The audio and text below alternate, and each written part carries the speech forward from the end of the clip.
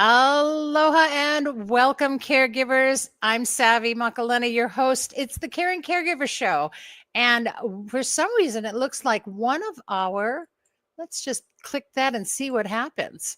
For some reason, one of our streams is not going live. I don't know why, but that's okay. Oh, well, we'll just miss that one this time. And gosh, we'll figure it out next time. But that's okay. We're still streaming live on 7 platforms. That's more than enough. If you can't find it where you normally see it, go to one of the other platforms. Check out one of the other Facebook pages. Check out our YouTube channels, either the Gimme a Break or the Caring Caregiver Show YouTube channels, and also go to LinkedIn where we're live. So if you're missing it and you're going, where is it? Doggone it. Somebody help them. Here we are. We are live. We are still live right now. Welcome. And like I said, we're on the Caring Caregiver Show. I am the founder of Gimme a Break, which is a nonprofit organization that cares for caregivers. And we're here to bring back the joy of caregiving. So the Caring Caregiver Show really is part of that. We want to connect you with the resources that you need in order to get through your day. And that's what we do each week, is connect you with the resources. A lot of people say to me, but Savy, why live? Why can't you just do some recorded, interviews with people and put it up on the Facebook and put it on YouTube channel and people can watch it whenever they want? Well, the reason why is because I want you to know that the person you're talking to is authentic. We want to hear their caregiver story. I want you to hear that they get you. I wish I had this when I was going through my caregiving, especially with my mother and her dementia. I didn't have time to go finding people. So if you catch this show and you see somebody and you actually connect with them, well, more than likely, you'll see that this is the person that can help you and support you through your time. So that's why we do it. And that's why I do it live. I can say whatever I want. And I do, especially if it's going to help a caregiver anywhere, somewhere in the world. All right. So we're here to bring you information. You can get more information from our website as well. I know you're going through a lot and I know it's hard and I know it's frustrating. So we do offer you as well our support sessions, and you can check out our support sessions and they're online. You don't have to go in person. You don't have to be here in Hawaii. You can be anywhere if you can handle the time difference and just log on to a Zoom and join a community of caregivers just like you. Every Tuesday evening for the past 5 years at 8 p.m. Hawaii Standard Time, we're here and you can join in. No fees, no charges. It's free. It's online. It's there for you. Any caregiver, anywhere. All right. So join us. And right now we're actually talking about your care receiving plan. So we're coming up on next week doing your insurance plan. We just talked about the estate plan, and that was a big one. I had to review it last night. In fact, I'll review it again if we need to, but we'll be talking about your insurance plan. So ironically, today we have somebody we're going to talk to about some of that will help give you some information. But we're here to create a positive, safe space for you. That's what the sessions are all about. It's your support. Connect with a community of caregivers just like you. No professionals. Nobody here is a professional. Just me and a bunch of caregivers just like you. All right. So join us anytime. That's Tuesday evenings at 8 p.m. And you guys know I do all of my own IT, so I'm bouncing around. Okay. And so remembering that the Caring Caregiver Show is here, brought to you by Gimme a Break, which is our nonprofit organization, of course. And you also know that I publish a magazine called Giver's Guides, which is our online magazine that's a caregiver's guides to caregiving. It's written for caregivers, by caregivers, from a caregiver's point of view. There we go. And it's an online magazine. So you look at it, it's a little flip book that you look at online on any device. I've done it on my phone and read an article myself. Just the other day, it was cancer treatment day for my other half. And we do that about every couple of months. And I sat there for about an hour. So I went on my phone and I thought, I think I'm going to read that article that I wanted to get back to. And I read that article right when I was sitting there in the doctor's office on my phone. You can do it too. The cool thing is the pages actually make that flipping sound. So for those of you who are book people, I know you like the pages. You'll still hear that flip when you flip pages, but you can get some encouragement, motivation. Here's a sneaky peeky right now at our July issue. Our July issue actually features one of our trusted partners who does Medicare and Medicaid. But there's great articles like, is your life a balancing act? Well, yeah, I'm a caregiver, right? What about craving comfort foods? How do you be nutritional even though you're caregiving? 7 tips for sandwich caregivers. We're celebrating Sandwich Caregiver Month. So are you a sandwich caregiver? Well, maybe you don't know what that is. Well, think of a sandwich. So you're sandwiched in between 2 generations. Maybe you got your own kids, but you're still taking care of your grandparents. Or something happened with your parents and you've got your other children that you're taking care of, or your spouse and your children, and you're sandwiched between 2 generations of caregiving. That's a lot. It's a lot to deal with, and it's becoming more and more prominent that we see a lot of different sandwich caregivers. So you have your own month now, and so we're celebrating that. A lot of great our articles are really directed at sandwich caregivers for the month of July. Okay, and we take that off the screen. So with that, please get your subscription. You can go on to our website and know that any $25 or more donation to Give Me a Break will get you automatically a Mahalo gift. And that Mahalo gift is a 1-year, 12 issues subscription of the magazine for you. So check it out. Go to gab808.org and you can get subscribed today. Just make a donation. You don't even have to go through the subscription process. Okay. Whew. Well, this season, thanks to Andy Pierce, the founder of iBOUNCE, we've been doing our motivational moments. And boy, have they been amazing, because you can see how motivated I am. And I'm so happy to have Andy here today live. Hi, Andy. How are you? Hey, happy to be here. Oh, I'm so excited to see what motivation you have for us today. So I am turning the screen over to you. Awesome. Thank you so much. So motivation, doesn't it seem like sometimes we have it and sometimes we don't, right? Sometimes you do it and it just takes grit. And that's how life kind of tends to be, where you just power through it. Something I've learned, I achieved my master's degree in sport and performance psychology and resiliency. And I've been working in the field for about 10 years now, which many of you know. But I've learned that we have a lot more control than we realize. Meaning, like, so many of us, when we experience different activating events that we experience, sometimes it's so easy to go down the path of negativity. Sometimes it's so easy to just see the negative things in our life. But what's powerful is that we can actually change that. So for most of us, our natural reaction to many situations is to see the negative in a situation, especially the ones that are more difficult or more challenging. But what I've learned is that we can change the narrative. We can change the way that we see the world. And when we do that, we can find a lot more happiness and peace, and things don't get to us nearly as much. In fact, one of the key components to overcoming challenges quickly and overcoming challenges in an effective way is by being flexible in the way that we think. So when things don't go as planned, we're able to think flexibly.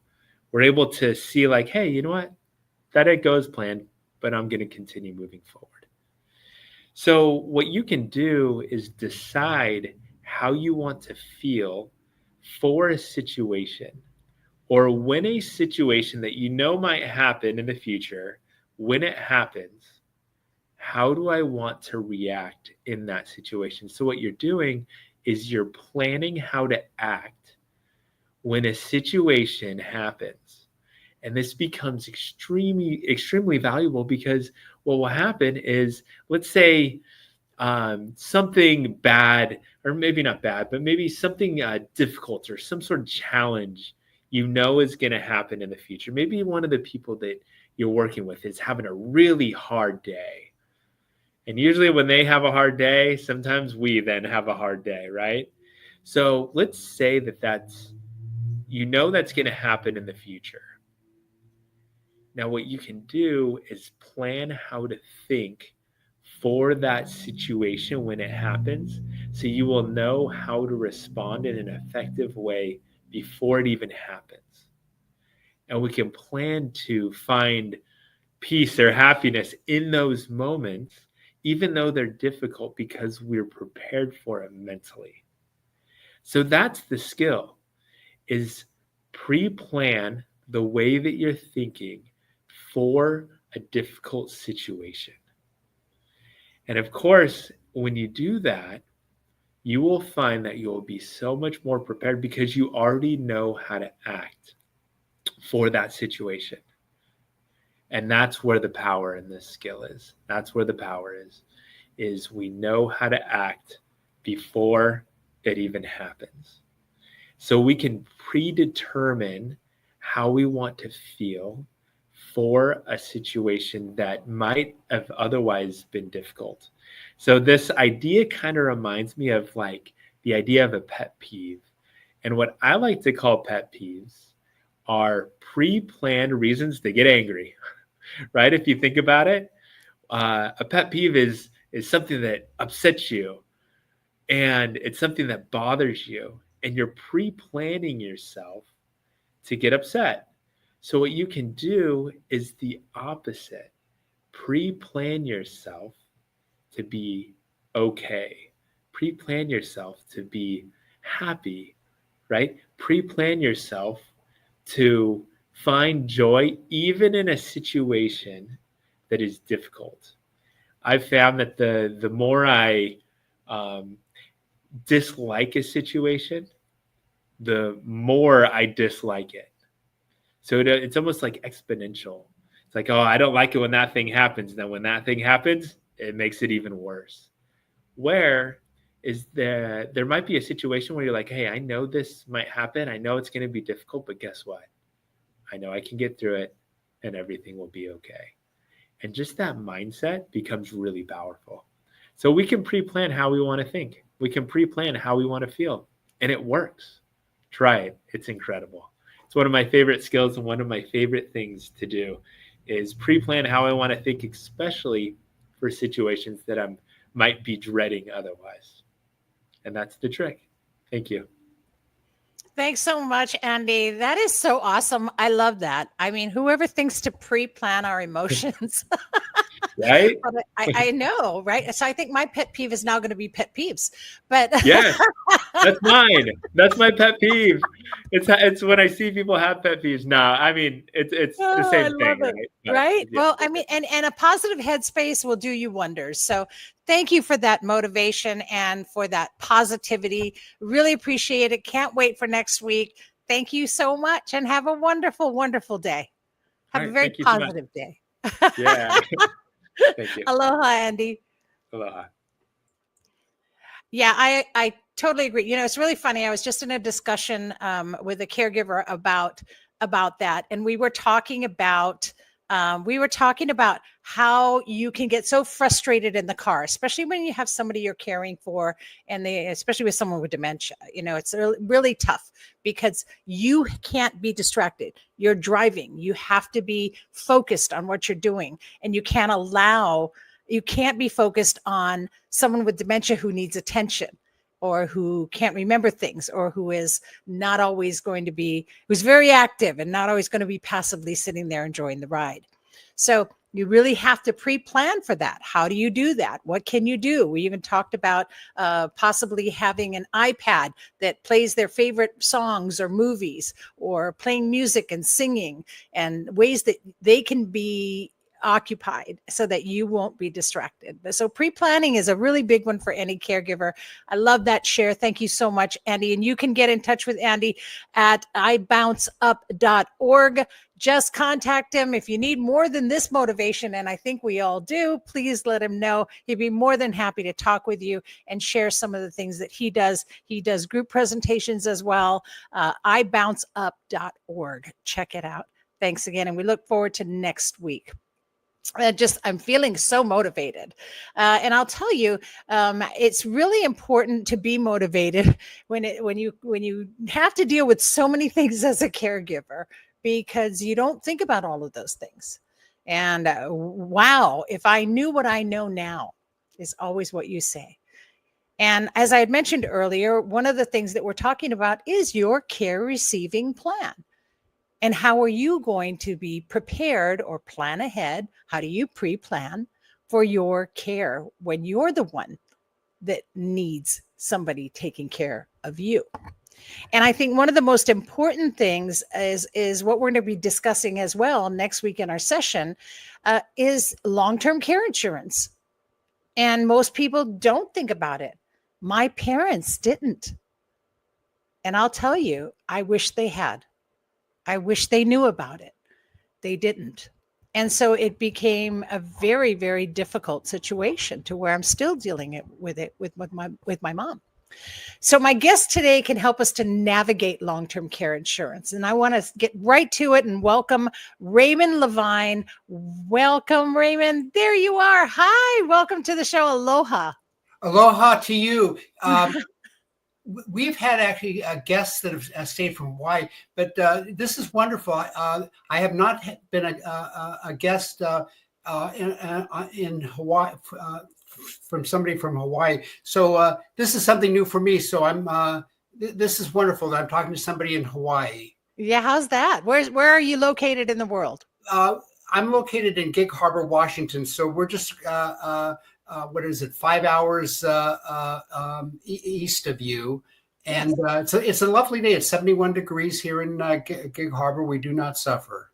Wonderful. Well, I'll tell you, that's the beauty of the internet that I love in this generation, that I love that we can actually connect anywhere in the world.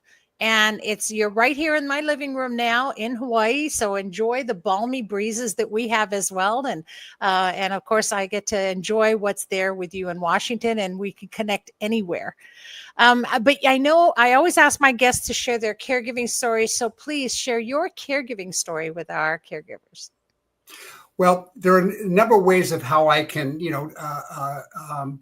talk about it. And one of the things that, I want to, bring to, your audience, your the people who listen to your podcast is in anything that I, say, people are going to say, well, Raymond Lavine, he's a salesman. He's a long-term care salesman. He wants to sell me, a long-term care plan. And what I want to get people to, comprehend is it's not the plan. It's not all, the guests you have that talk about caregiving. There are a number of things that, are important about, caregiving. Is that I use several terms. One is that what I do is I provide a warranty on people that will provide money so that when they need caregiving, whenever it may be, whether you're younger, whatever the issue may be, it's about money. And so you were talking about, people haven't thought about it. Hold on. My apologies. It's okay. You're in demand. I know, but I'm going to turn my phone off. Hold on. My apologies for that. Let me get you back. Oh, shoot. My apologies for that. I thought I had my phone off, but it's what they say, when you're in the movies or in live theaters, to turn your phone off. And my apologies for that. But anyway, what I was talking is that a lot of us are unconscious about, when we think about caregiving, and I don't mean that in a pejorative way. It's just we're unconscious about a lot of things till something happens. Right. The other thing that is that there are two things that I think are important when we think about caregiving. One is I never thought about it that way, or now I understand what this is about. And these are things you had in your introduction, and you talk about caregiving. It's about, what is this about? And is important for me to plan. And I also, I've been thinking about this for a long time. And I don't think in the early years when I was in long-term care business that I thought about it is that when we think about caregiving, we either wait till something happens and then we get ourselves overwhelmed. It's what's called the paradox of choice. And we just overwhelm ourselves rather than, people know more about their sporting events and what to do, or planning for their vacation, than when they think about, things that, not only will happen, but may be a lot longer and a lot more expensive. But getting back to your original question about, caregiving, a lot of people that are, sell long-term care insurance or, offer long-term care insurance, however you want to, use the term, is that most of us have had, some exposure to caregiving. I've had it with, my wife's had it with her family. I've had it with my parents, but indirectly, only because my parents actually planned in advance in their own way of, my father especially had 3 times extended long-term care situation, but he always came back until the last time. And my mother, my parents were lawyers, and they were financially well off and they were educated, but they weren't insurance buyers. I mean, other than what they needed to own. They didn't own a lot of life insurance if they owned any. They had the health and the business insurance and all that stuff. But it was only till later on when my father was in, his last issue, and he had heart disease and was dying. It took him 2.5 years to die, but it was a lot of months of, my mother taking care of that. They then thought about long-term care insurance. My mother was able to get it even in her early 70s, but she was in good health, other than the premiums weren't inexpensive. She said, I need to do this. This is expensive. But my mother, being the person she is, she was a good business person. She needed her insurance for 18 years. She died at 103 a couple of years ago. Wow. So whatever she put in, she got more back. And this other thing in this caregiving is that one of the, if you want to call it objections, I don't think it's I think it's, I'll call it denial, or it's, if I own it, I may own it a long time. Do I really want to pay premiums, 20 years or 15 or 25 years? And I really want to pay the premiums. The answer is yes, because, I was thinking, people will spend $500 to $800 a month for an automobile where the tires eventually are going to go flat. Or a depreciating asset. Yeah, it's a depreciating asset. But you want it because, you want the car. And you want the car. Exactly. Or the appliances. And there's nothing, it's, Dave Ramsey or some of these other people say, well, look, then buy a previously owned. But the reason you want to think about it, or you want to have a plan, is when you're in a caregiving situation. I'm sure you've had many guests. It's you feel overwhelmed. You're not sure what to do. The internet is going to give you advice. Maybe it's good advice. Maybe it isn't. You're going to have friends and family that they're all going to give you advice and tell you what to do. And I'll tell you the thing that is always this comes into the equation. No matter what, it's money, money, it's money, dollars. People are saying, because if family members are involved in caregiving, it's money. You really think that somebody that has a career or a career path, if they have to give that up, you're going to tell me that there isn't a cost to that? I mean, that's impossible. There's a monetary, there's an emotional, and there's a physical cost. Maybe there are other things to it, but there is a cost to all of this. And my mother had a thriving practice, and periodically she had to give it up. curtailed her practice in order to take care of my father. Now they had a good. They had a distinctive relationship. I mean, it was really good. And if you're, a child and you see this kind of thing, it gives you good tools of how to be, a better person, a better husband, a better, empathetic, because they worked well together. They were a team. I mean, they were really a good team. And when my father died, my mother was not happy about this. It wasn't, hey, he was, a miserable person, or he was this or that. He was actually, he was an enjoyable person. He was interested in things. He was enthusiastic, and they had actually different personalities, but it worked well together. They worked well together, and so she was not happy about it. But anyway, so she lived, another, another, almost 30 years Wow. after. But she also had her own life. And the reason she was able to, first of all, she was financially, well, she wasn't just rich. She was really, she was affluent. She had the money to do it, but she also thought owning a long-term care plan. And I asked her once, I said, she's an estate planning attorney. And I said, well, look, you're making over $1 million a year. Why did you own long-term care insurance? She had, I thought, the best answer that I've ever heard. And this is somebody that's not an insurance buyer, and somebody that, certainly had, the means. So the people say, well, I'll pay for it myself, or, I'll self-fund, or is that she says, nobody has that much money to pay for lifestyle and your care.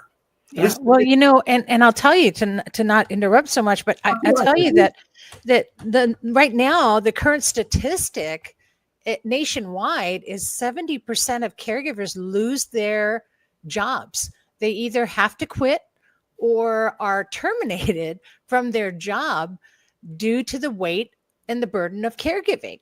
Right. So they go from calm to chaos, and now they're in chaos, and they're not thinking about long-term care insurance, or the one they're caring for doesn't have it. And the money is going down, down, down, down. Even if you have a savings, it's going down, down, down. And we'll sell something. We'll sell the cars. We'll sell the house. We'll start selling. And next thing you know, there's no money. And it happens over and over. I hear the story all the time. Mm-hmm. And whether you have the money or don't have the money, I love what your mother said, because it's not going to last. Nothing lasts, and you don't know what kind of care could come into place, right? Your mother may have been very fortunate, and I don't know, that she may have her care stayed about the same. But then others I've seen where the dementia now gets worse and they have to go into 24-hour care, or they have a fall and now there's medical bills to pay. And so care is something that we don't all think that could have a really high ticket on it. And it might not be just allotting a certain amount for every month. There could be all kinds of things more important than car insurance. You need long-term care insurance. And you don't know how long you're going to be alive. Your mother lived to 103. My grandmother, 104. She was a week before her 105th birthday. Yeah.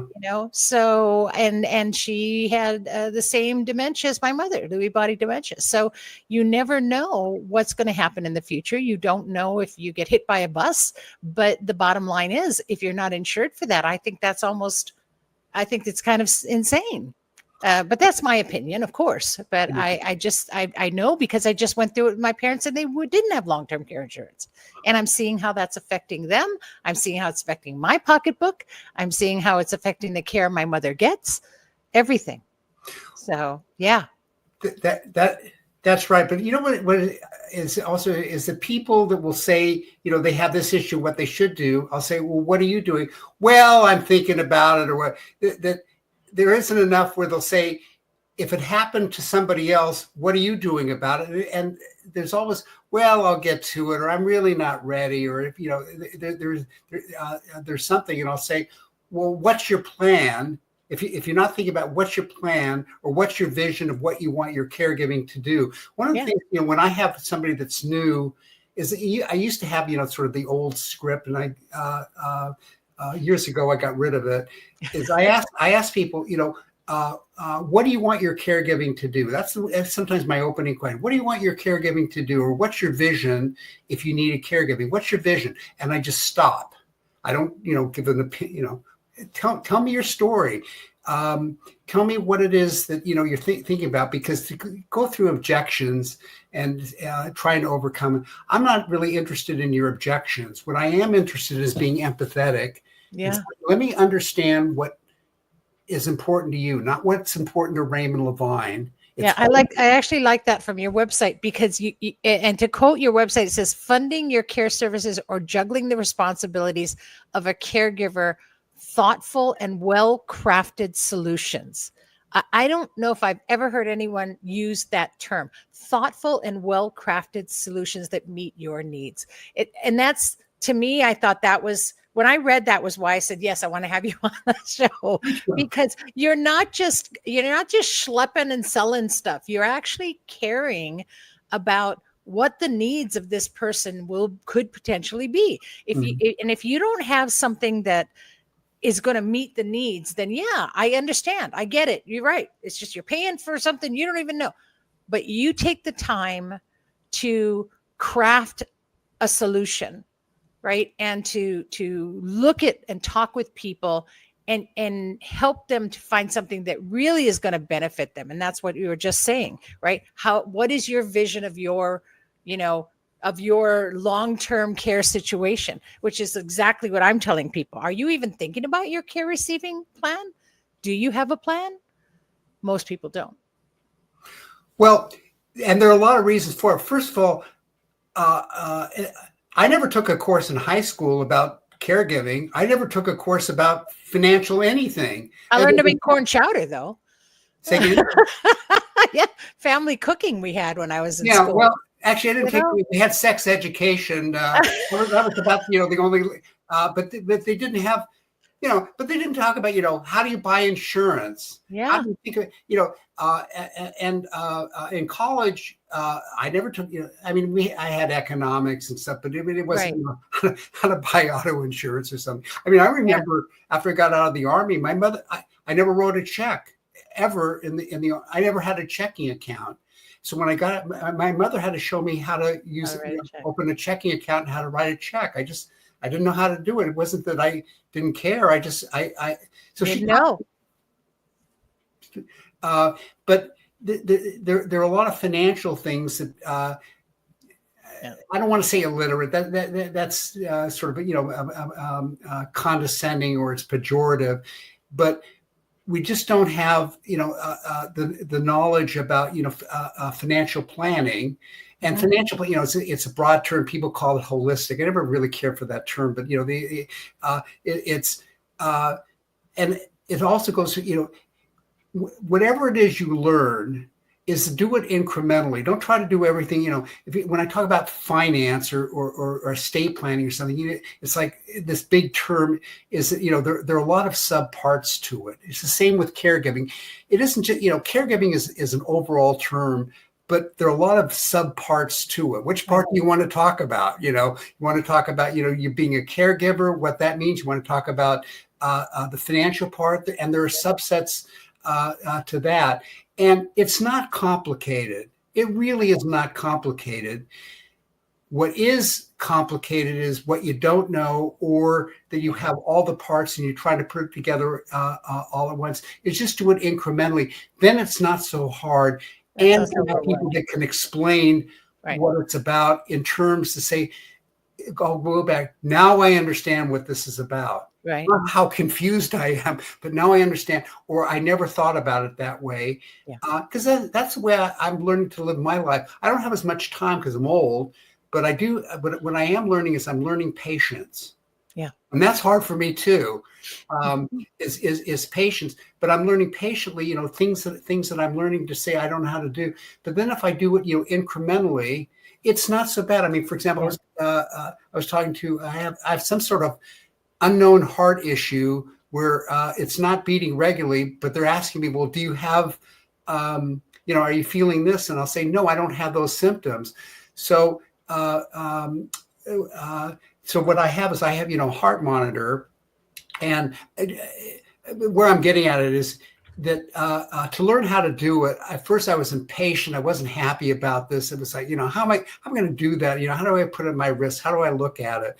And then as I did it each day, my mind or my gray cells or my amygdala, whatever it is, was in my brain, it became simpler. It became easier to do, where I could just, strap that thing on, do what I needed to do, and then write down the information.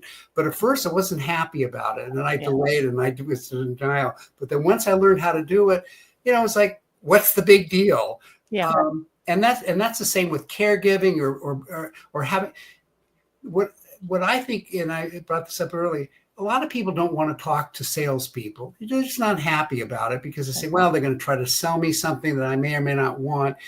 And the way that I would approach it, because look, I'm a consumer too, and I talk to salespeople, and some I like, some I don't, some I trust, some I don't, is that you have to, is what are they saying to you? What am I saying to you? And do you feel that, I'm understanding what you want, not what Raymond, what you want, and that we begin to have, the understanding of what's your vision about caregiving? What do you know about it? What have you had? And you don't feel manipulated.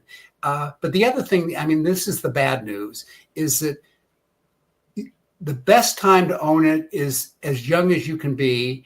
And if you have if you can pay the premiums, because it's not free. Right. And the other thing, and I'll get political, but I'll get over it, is that social insurance or the social mechanism, the social safety net, is not in good shape. So the way things are designed in America is, if you want to have your caregiving in your home, and you as an American, we always like to, I like to make, my own decisions. I don't want government to tell me what to do. Well, right. I guarantee you, if you don't have the resources and you want to have social services, you're going to do what they tell you to do. And you have to go through, people, companies complain about red tape and bureaucracy. You want to talk about red tape and bureaucracy, try getting Medicaid. Try getting, all whatever social services, and I guarantee you're going to have to, fill out forms. You're going to have to qualify, because you may be eligible. I always tell it's a process. It is a process, and you really get taken down to your core, right? In those, it's like you suddenly feel like, wow, I've done work so hard, I've made it in life, and now all of a sudden you're at the mercy of social services. And I've seen it so many times, been through it. And so, you can't expect to only have that. We come from a generation where no one talked about this, right? No one talked about finance. No one talked about insurance. Nobody talked about it. And I'm hoping now that this next generation does, and embraces these things and sees the importance of being self-sufficient and not depending, because, and like you said, we're not going to get political, but we can see how political change or political leadership can affect all of these different social type of services or other things that people may be relying on. And so if you are at a point in your life where you can change that, by all means, educate yourself and do what you don't know, you don't know. That's right. That's right. But yeah, the thing is this, if we live in a democracy, you have to be involved, and you are involved politically. There is politics. And if you don't believe me, work for a company. You don't think there are politics in a company, dealing with people? It's negotiating. You don't think this, if you have kids, you don't think your kids are negotiating and being political? They want something, you want something. Yeah.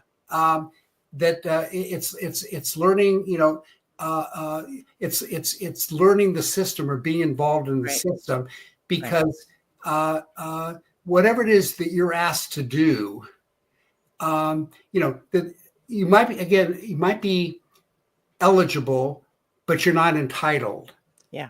And that's something, that's a concept that, that upsets people, but they say, well, I'm entitled, and I say to people, you might be entitled, but or you might be eligible, but you're not entitled. Correct. Because there's a process and things that you fill out. Of course, the great painful thing is, have you ever had it where you're filling out forms and then it goes away and it's not saved? So that's how. Well, you're doing all of that for nothing, right? So. Well, you have to start all over again, but it's, as you were saying, it's about the process, and you have to be, and I'll go back to Raymond's thing of learning to be patient, because you have to be patient filling out, which I'm not. I'm not patient filling out forms. Now, one of the things also, if before I forget, is that one of the things that I can offer to your listeners is, if you want. I can send you, and there's no cost to it, where it'll let you know, based on your lifestyle, what you think your longevity will be. But there's more. Is it'll also say, based on this, this is what your health care is going to cost. So it'll give you a preview. To gauge, right? Yeah. So any age, if you got to be honest about it. I mean, you can't say, if you're taking 5 drinks a day, but you say you don't, it's going to come out. If you're smoking, but you say you don't, yes. That's right. But change all of those, right? Of course. Yeah. I mean, if we had to live our life, and I think there's this movie out there where they wear these bands that show how much time you have left to live. And then when you do certain things, the time goes fast. It eats more time. If we actually had to look at things that we did to ourselves in our bodies, including things like worry and stress and intake, and saw how much time that used up of what we have left, I think people would completely change their view of your care receiving plan and knowing what to plan for in the future. But I think long-term care insurance. I have a question for you, if I may ask you a question. Is that we're talking about these things, and you understand, and what is it that I can say, or what is it you can say to get people to at least engage in the conversation? How can we get people to have the conversation in order to make an informed decision? I'm not into worrying. Like, if you don't do this, you're going to be broke. If you don't do this, your mother's going to write you a note. It's like the thing, Chris, it used to be, wait till your father comes home. That's right. Right. He comes home. And that's not going to work. Well, Raymond, I think the thing too is that the bottom line is, here's another adage: what have you got to lose? Right. And so I think the important thing is that you educate yourself. You have to educate yourself, and don't make a decision without educating yourself. So if you don't have a conversation, then you're eventually going to have to make these decisions uneducated. And you offer a free consultation and a health assessment. Free health assessment as well. So why not have a conversation, get a hold of Raymond, and just get educated. And then if you now know better, and you can make a better decision. Right? It's like, no one's telling you must do this. We're saying, get educated, right? And that's what a consultation really is. It's an education that everyone needs. And then we talked about that earlier. We said they didn't teach this in school, but we're doing it now. So nothing wrong with getting educated. You might as well get educated. Complete different look at something, right? You can't make a decision on something you don't know, right? Some of the best, like we talked about buying a car. Some of the best cars you can buy are when you've educated yourself on that type of car. Some people just look at a car and go, ooh, shiny, buy it. But you don't look at other things that you should educate yourself on that depreciating asset, right? So take advantage of a free consultation. And also you offer a health assessment for free.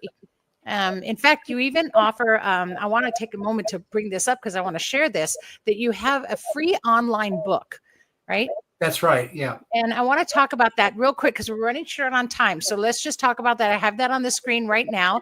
And it's Empathy and Understanding in Business. And it's you and a Chris Voss. And so just briefly tell us about this book. And why, and this is a free online book as well for you, right? That's right. Well, Chris Voss was a hostage negotiator for the FBI, Federal Bureau of Investigation. He was their lead hostage negotiator. And then after he left the FBI, he taught at USC, my school, and Harvard and other schools. And then he started a company called Black Swan Group. And what Black Swan Group teaches is negotiating, which I wish I had learned 50 years ago. Yeah, I mean, not just, I'm really not just, negotiating, but, how to negotiate. And I like his way of doing it. I mean, there are other companies. There are lots of books about negotiating. So you have to decide, what you like. There's actually another really good book by Charles Duhigg called The Super Negotiators, which is a wonderful book, well worth reading. And there are things in which, I take Black Swan methods, but also Super Communicator. And I do it all the time. Like, my wife will say something, or my daughter, and then I'll summarize. Let me summarize what this is about. So that, they're saying, are we on the same conversation? And if I do that, they'll say, "Yeah, we're on this. We're on the same conversation." So that we can talk about it and negotiate. So myself and a number of other people that we wrote this book about business and empathy, and more, you'll hear it more and more. People are talking about empathy, and what that means is it's not manipulation. People think negotiating is manipulation. It shouldn't be, or if you think it is, then you don't try. I wouldn't negotiate with somebody that I thought was manipulating me. That's not negotiating. Negotiating is about understanding and seeing somebody from their perspective. I don't have to agree with them. I don't even have to like them. But if you're doing it where you're arguing with people, or you're condescending, or you're dismissive, then you're not having a conversation. You're not even negotiating. And so what empathy is about is that I understand what the other person is thinking or feeling. Right. And then to say, do we, what is it that we can talk about, or what is it that I understand that I can provide that service to you or product? And do you trust me? If you don't trust me, or you don't think that I'm understanding, go to talk to somebody else, because I'm not your person. You're going to feel manipulated. So that's I love that. And I love that you put empathy into what you do, because most people will see a negotiation as a close, but you see it as an empathetic way to understand people and then help to educate them. So I greatly appreciate that. And we're running out of time. So your last quick thoughts, a quick sentence or two to just share with the caregivers listening. What are some of the summary thing is that what's your vision about caregiving? What do you want to accomplish? What do you want it to do? And have the conversation, whether it's with Raymond, Lavine, or your financial advisor, is to talk about, not do I need long-term care benefits? The question is, if I don't have it, what are my options? And so if you don't have a caregiving plan and it's funded, then how are you going to fund the plan? I mean, how are you really going to fund the plan? And the last thing is, don't be unconscious about it. And one final thing is that if you think it's complicated, I guarantee you, because you're going to say it, is that wait till you have a caregiving situation. Wait till you have a health issue, and then then there's a term. It's called crisis. Yep. Where I had a heart attack 10 years ago, and I wasn't as well prepared. But I mean, I did. I had my health information and stuff. But these are things that you think aren't going to happen. But when it is, do you have your health insurance card? Do you have the documentation? Do you have an advocate that can help you? Try being in a health situation where you don't have an advocate, and it's not pleasant. No, I've been there personally, both ways. But I've been fortunate. My mother was a good advocate for my father. Oh, she's a good advocate. And my wife is as good or a better advocate when I've been on the gurney. to help me, because they're asking me questions. What do you think about? I don't know. Ask Barbara. Don't bother me with this stuff, or what on the scale of 1 to 10. I don't know. I don't care about that. I'm miserable. Fix me. That's what I'm thinking. Well, I'll tell you, thank you, Raymond, because we are out of time. And if you guys can see, Raymond can have a wonderful conversation with you, and he's just filled with education and knowledge and great heart. And so you can get a hold of Raymond Lavine, and he through Lavine LTC Benefits. .com, and it's actually Lavine ITCINS.com, or give him a call 253-275-6091. Thank you so much for sharing with us today. I know we could probably talk for another hour, but I totally enjoyed having you on and seeing insurance from a whole different angle. I really think this is important for our caregivers to see and talk about. Thank you so much, Raymond, and thank you for coming on today. Really, thank you for inviting me as a guest. I've had fun. Yeah, I've had fun. And that's the bottom line, right? We got to keep smiling and laughing and skipping through life. Well, aloha and have a wonderful day today, and I really appreciate it. I hope we keep in touch. Thank you. Aloha. Thanks, Aloha. Raymond. Okay. And I didn't mention it, Raymond, but you don't have to stay on till the end of the show. You can actually use that little red button to leave the studio anytime you want. So thank you again. So you guys, again, that's Lavine, Lavine, ITCINS.com, or give him a call at 235-275-6091. Wow. What a great talk. And this is what I love about doing it live again. You're hearing it and you're seeing it. And this is a lot of times when you ask someone a question and they answer, or you talk about something, the passion and the truth comes out. We can't script this stuff, folks. So you know that Raymond's somebody who really speaks from experience and heart. And so that's a beautiful thing. You have questions, get a hold of him. You can get a free consultation and free health assessment, as well as that online book, Empathy and Understanding in Business with Raymond Lavine and Chris Voss. So I love that, a negotiator. How cool is that, huh? I think that would have been a really neat occupation to get involved in at one point in life. Anyway, mahalo, Raymond, and the best of you, best wishes to you for the day.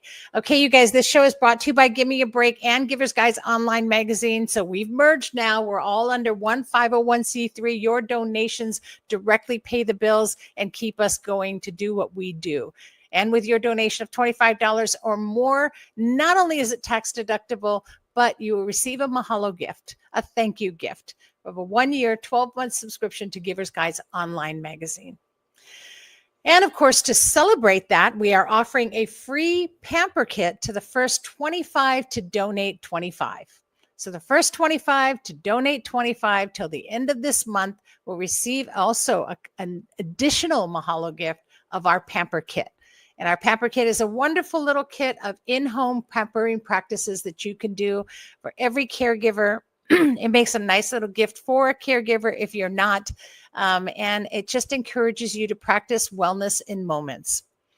Next week is a very special show. We're going to talk about some of our upcoming events and activities and presentations. And I'll be doing a very special giveaway, a lifetime subscription. So you're going to want to tune in. You're going to want to watch us live. And we're going to win live as well. So it's pretty exciting. That's what the Caring Caregiver Show is really all about. You know that. It's about connecting you caregivers to all of us caregivers, to resources and to community. You're not alone. We're out here and we're taking care of one another and we're supporting one another with wellness and survival as our goal. Season 15 is filled with so many of those things. You don't want to miss a single episode. So put a timer in your phone right now to watch us live. And if you miss it, that's okay. You got duties. We get that. You can go into podcast and listen to it on any podcast platform about a week after each show, Spotify, Apple, Stitcher, Google, you know them all.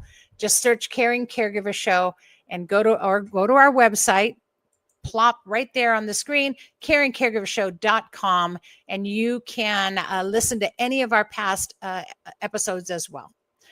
just whatever you do, caregivers, stay connected. Okay. Follow us on Facebook, go to gab808.org. But in the meantime, remember, breathe. It's all going to be okay. You're going to get through this. We're going to survive it. And here's hoping that you're finding more joy in caregiving every week here on the Caring Caregiver Show. Thanks for tuning in. And please be kind to yourself, and especially to those who care. Aloha, everyone. Have a wonderful, wonderful week. See you all next week.